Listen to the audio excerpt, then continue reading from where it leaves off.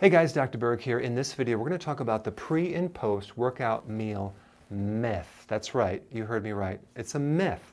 Now, I know so many people have told you you need to eat before the workout or after to basically replace your glycogen reserve or build more muscle mass. So let's talk about each one in depth. Number one, what is a glycogen reserve?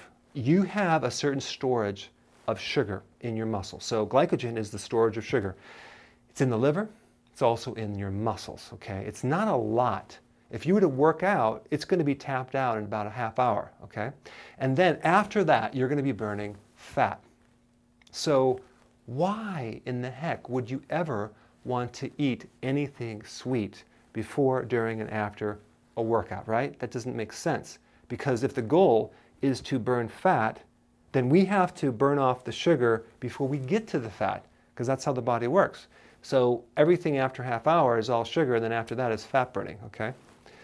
So the other thing is that if you were going to eat high concentrated protein, like whey protein, the more concentrated that protein is, the more it will also trigger insulin. So a whole egg with fat has much less response for insulin than concentrated protein, whey protein powder, okay? So every time you consume more concentrated protein, you're stimulating insulin. What does insulin do? It stops fat burning completely. So every time you're doing the protein, you're actually raising insulin. In fact, every time you eat, you stimulate insulin. So why would you ever want to eat around your workout? See, the whole goal is to use exercise to stimulate your metabolism, to then tap into the fat reserves that you have and make your own fat the meal that you're eating, not the dietary meal. So I recommend not eating anything before, during, and after a meal. Now, the other point is, do you need to eat protein to build muscle mass? Now, muscle mass, what you ate right before the workout or after, it's going to take at least 24 hours to be digested, go through your liver, and end up in your muscles, okay? Sometimes longer. So if you have this idea that that protein shake is really going to your muscles, it's not. It's being digested, and it takes a long time for that to go into the muscles. So you really don't need protein around your workout to build muscle mass. It's the meal that you ate yesterday that's going into the muscles, not during or after the workout, all right? And also, if your liver is overloaded with too much protein, it won't end up in your muscles. So our bodies do really good with muscle building if that liver is healthy, if you don't overload it, and you have all the trace minerals that help with the building of the muscle. So what we want to do is we want to avoid insulin, because insulin nullifies growth hormone. So take a look at this.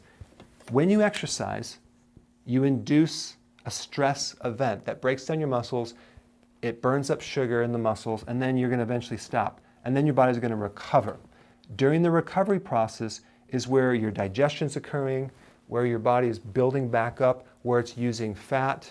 So if you eat during this process, you are going to slow down your benefits of weight loss and muscle building.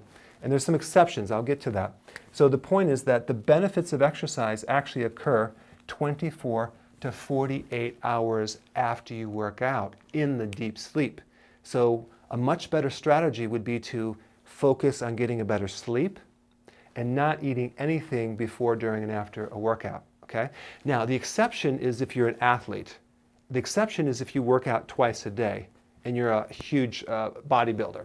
The exception is if you're doing marathon or long distance running. The exception is that, let's say you're a diabetic and you're having massive blood sugar fluctuations, okay? I'm talking about the average person who's trying to lose weight, okay?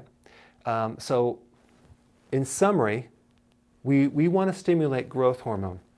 Growth hormone is the main fat-burning hormone that's activated by exercise. When you eat any food, for that matter, especially high concentrated protein or sugar, you're going to spike insulin.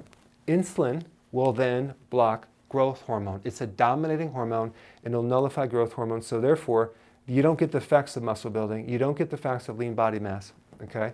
It doesn't burn fat. So growth hormone is triggered by exercise, sleep, and hypoglycemia.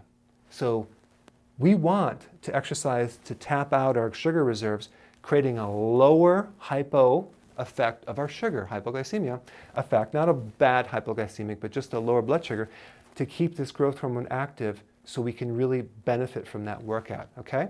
So I hope this tip helps, and I just want you to get the truth about this topic right here. So go ahead and apply this, and I will see your comments below.